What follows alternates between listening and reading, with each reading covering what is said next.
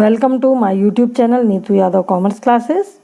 और आज मैं आपको BCom second year cost accounting का थर्ड यूनिट का फर्स्ट चैप्टर का क्वेश्चन कराने जा रही हूँ, कॉन्ट्रैक्ट अकाउंट का, जिसमें हमको कॉन्ट्रैक्ट अकाउंट भी बनाना है, वर्क इन प्रोग्रेस अकाउंट बनाना है, कॉन्ट्रैक्टरी का अकाउंट बनाना है और बैलेंस शीट भी बनाना है।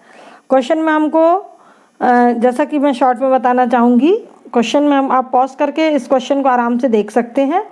आप पॉज करके क्वेश्चन को देख लीजिएगा। मैं क्वेश्चन को बहुत शॉर्ट में बताना चाहूँगी कि आप देखिए, हमको फर्स्ट पैराग्राफ में सारी कॉस्ट दी हुई है मटेरियल की, कितना कितना हमारे पास आया, लेबर का चार्ज कितना है, सन्ड्री एक्सपेंसेस कितने हैं, सुपरविजन चार्जेस कितने हैं, ये सब हमको ऊपर फर्स्ट पैराग्राफ में दिया गया है। ये सारे चार्जेस हमको डेबिट साइड लिखना है। और नीचे के साइड हमको दिया गया कि हमारे कॉन्ट्रैक्ट का प्राइस जो था वो 6 लाख रुपीज़ था, और इसमें से हमारा वर्क सर्टिफाई जो हुआ है वो 25% रिटेंशन मनी माइनस करने के बाद 2 लाख है। तो वर्क सर्टिफाई निकालने के लिए हमको ये जो 25% माइनस हुआ उसको प्लस करना पड़ेगा, है ना। और एट लास्ट हमारा जो प्लांट में मटेरियल बचा है वो 3000 रुपीज़ का है। और साथ ही यहाँ पर we used contractor throughout the 6 month in hire charges of month 1000 per month is already included in sundry charges 3 amount there charge is still owing. यानी यहाँ पर ये दिया गया है कि 1000 पर मंथ के हिसाब से जो हम चार्ज कर रहे थे सन्ड्री चार्जेस में, वो 3 महीने के हमारे स्टिल हैं, अभी बाकी हैं। तो अब हमको इसको लेके अपना क्वेश्चन को सॉल्व करना है। तो पूरा क्वेश्चन मैं बार बार नहीं बोलूँगी, आप इसको पॉज करके देख सकते हैं। तो चलिए आइए हम क्वेश्चन को स्टार्ट करते हैं। यहाँ हमको 4 अकाउंट बनाना है, contract account, work in progress account, contractee account and balance sheet also. तो चलिए हम इसको सॉल्व करते हैं। हाँ, तो जैसा कि हमको मालूम है कि हमें 4 अकाउंट्स यहाँ पर प्रिपेयर करने हैं। तो सबसे पहले हम बनाते हैं हमारा कॉन्ट्रैक्ट अकाउंट, ठीक है। कॉन्ट्रैक्ट अकाउंट के लिए आपके 4 कॉलम बनेंगे, जिसमें आपके कॉलम बिल्कुल एज इट इज पहले जैसे ही रहेंगे। हमारा फर्स्ट कॉलम होगा particular, the second one is amount, again particular and amount.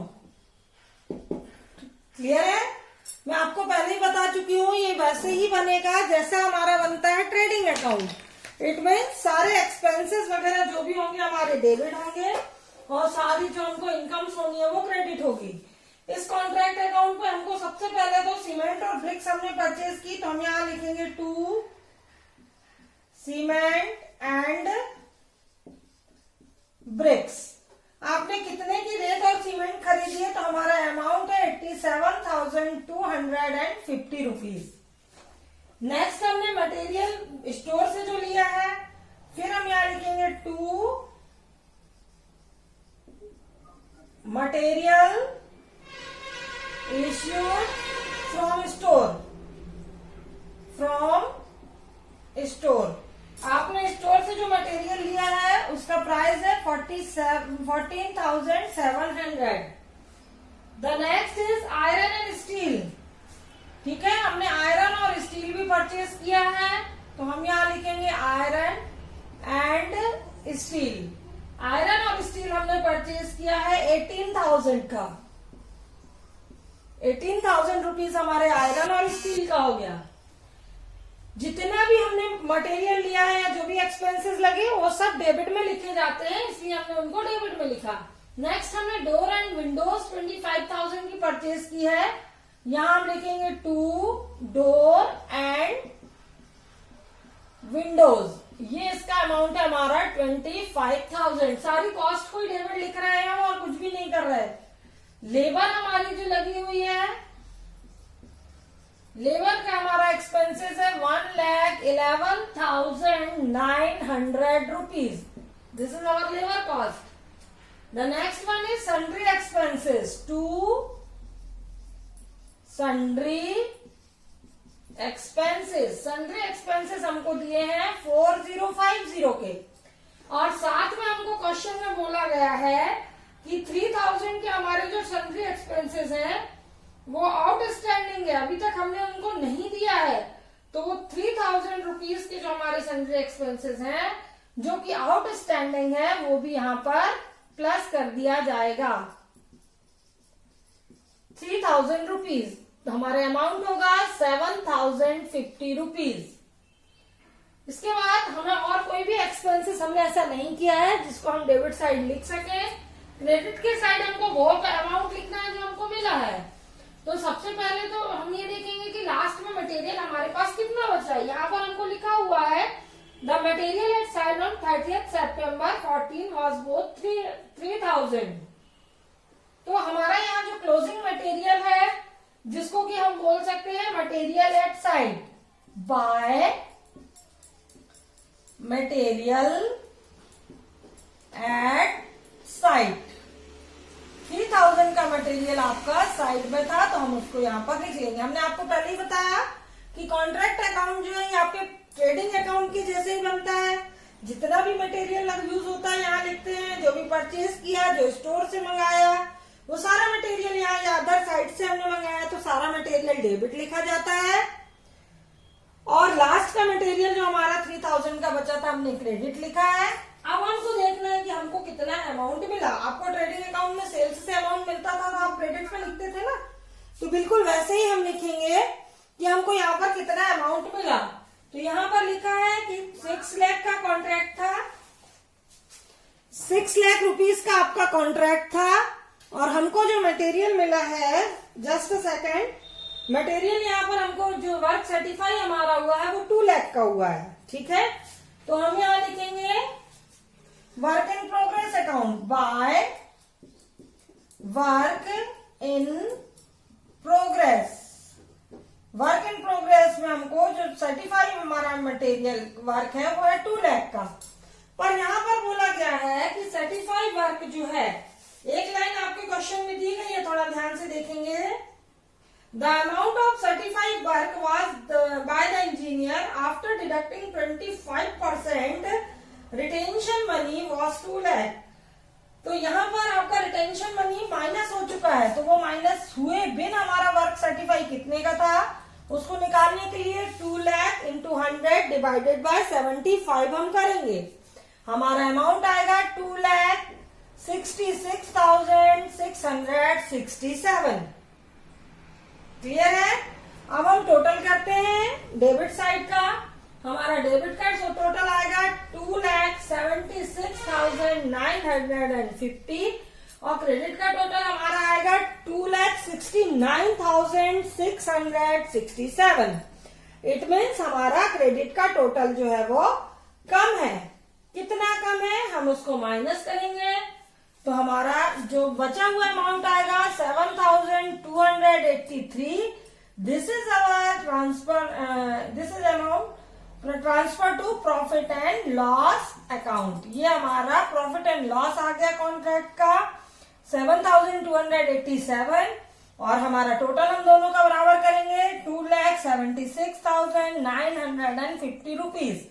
इस तरह से ये हमारा कॉन्ट्रैक्ट अकाउंट पूरा बन जाता है।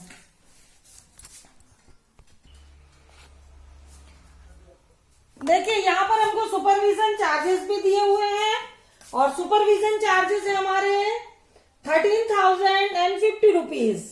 क्लियर है। जब इस पूरे का हम टोटल करेंगे डेबिट साइड का 2,76,950, क्रेडिट का टोटल करेंगे 2,69,667 रुपीज। डेबिट का अमाउंट ज्यादा है, क्रेडिट के अमाउंट को माइनस करेंगे। अब जो हमारा बैलेंस बचा 7,283, ये बैलेंस कहलाएगा प्रॉफिट एंड लॉस और ये जाएगा लॉस हो गया ये हमारा, और अब हमारा ये लॉस जाएगा प्रॉफिट एंड लॉस अकाउंट में। तो इस तरह से कॉन्ट्रैक्ट अकाउंट पूरा होता है। अब मैं आपको बताती हूँ अब work in progress account. Clear है। 2 अकाउंट और आपको बताने हैं हमको, work in progress account, contractee account and balance sheet. वो तीनों में एक साथ बताने की कोशिश करती हूँ। सबसे पहले हम बनाते हैं वर्क इन प्रोग्रेस अकाउंट। देखिए ये बहुत ही इजी है, आपको कुछ नहीं करना है। दोनों साइड आपको अमाउंट लिखना है। जो हमारा वर्क था। टू कॉन्ट्रैक्ट, यहाँ डेबिट में हम लिखेंगे to contract work certified.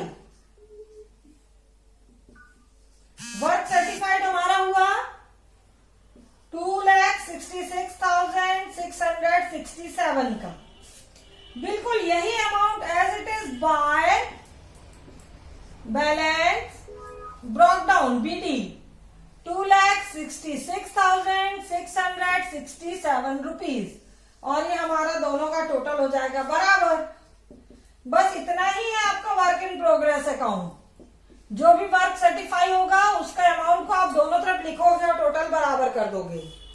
Next आपका बनाना है कॉन्ट्रैक्टरी अकाउंट। नेक्स्ट आपका जो अकाउंट बनना है वर्क इन प्रोग्रेस के बाद, वो बनना है कॉन्ट्रैक्टरी।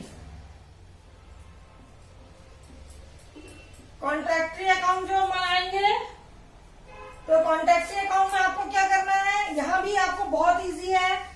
कॉन्ट्रैक्टरी ने जो भी अमाउंट पे किया हुआ है बस हमको वही लिखना रहेगा। तो जब हमको वो पैसा देगा तो ये क्रेडिट होगा कॉन्ट्रैक्टरी, तो क्रेडिट होगा तो क्या डेबिट होगा, डेबिट होगा हमारे पास पैसा जो बैंक अकाउंट आया है। कॉन्ट्रैक्टरी ने हमको कितना अमाउंट कैश में दिया है, हमको 2 लाख रुपीज हमारे वर्क सर्टिफाई में से 2 लाख रुपीज जो है वो पेमेंट की है। जितनी पेमेंट की है उसको हम यहाँ लिखेंगे और यहाँ हम लिख देंगे to balance carry down 2 lakh rupees, और यहाँ भी दोनों का टोटल मिला दिया जाएगा। बिल्कुल सिंपल सा कॉन्ट्रैक्टरी अकाउंट है। जितना भी कॉन्ट्रैक्टरी ने हमको पैसा दिया है बस हम उसी पैसे की एंट्री करते हैं और कुछ भी यहाँ पर नहीं लिखते हैं। द थर्ड वन इज, अब हमारी रहेगी बैलेंस शीट। बैलेंस शीट भी देखिए आप कितना इजी है बैलेंस शीट को बनाना। बैलेंस शीट में आपको पता है लायबिलिटी और अमाउंट के कॉलम बनते हैं। बैलेंस शीट में हमको कुछ नहीं करना है, हमको देखना है कि वर्क इन प्रोग्रेस या वर्क सर्टिफाई कितनी है। वर्क इन प्रोग्रेस जो कि हमारी कितनी थी, वर्क इन प्रोग्रेस थी हमारी 2,66,667। इसमें से हमको पैसा कितने काम का मिला है, हमको 2 लाख रुपीज नगद मिले हैं। कौन सा अमाउंट आपको नहीं मिला है, तो हमको जो पैसा नहीं मिला है 66,667 रुपीज, ये हम यहाँ लिखेंगे। लायबिलिटी में कुछ भी नहीं आएगा इसलिए इसका टोटल नहीं मिलाया जाएगा और बस इसको ऐसे करके छोड़ दिया जाएगा। तो इस तरह से बहुत ही सिंपल तरीके से हमारी बैलेंस शीट बनती है। एक बात याद रखना, जो कॉन्ट्रैक्ट अकाउंट बनाया जाता है वो बिल्कुल ट्रेडिंग अकाउंट के जैसे बनाया जाता है। सारी मटेरियल जो भी इनकमिंग होता है हमारा, चाहे वो परचेज हो, चाहे ओपनिंग स्टॉक हो, चाहे अदर साइड से आया हो या हमने स्टोर से लिया हो, और जितने भी एक्सपेंसेस होंगे वो सारे डेबिट होंगे। कॉन्ट्रैक्टरी द्वारा जो हमको पेमेंट की जाएगी और जो भी हमारा क्लोजिंग स्टॉक होगा वो क्रेडिट होगा। और बैलेंस निकाल के हम कॉन्ट्रैक्ट का प्रॉफिट एंड लॉस काउंट कर लेते हैं। वर्क इन प्रोग्रेस अकाउंट जब हम बनाते हैं तो वर्क इन प्रोग्रेस में हमारी जो भी वर्क इन प्रोग्रेस है, सर्टिफाई ओरिजिनल सर्टिफाई जो वर्क है हमारा उसका अमाउंट लिखते हैं।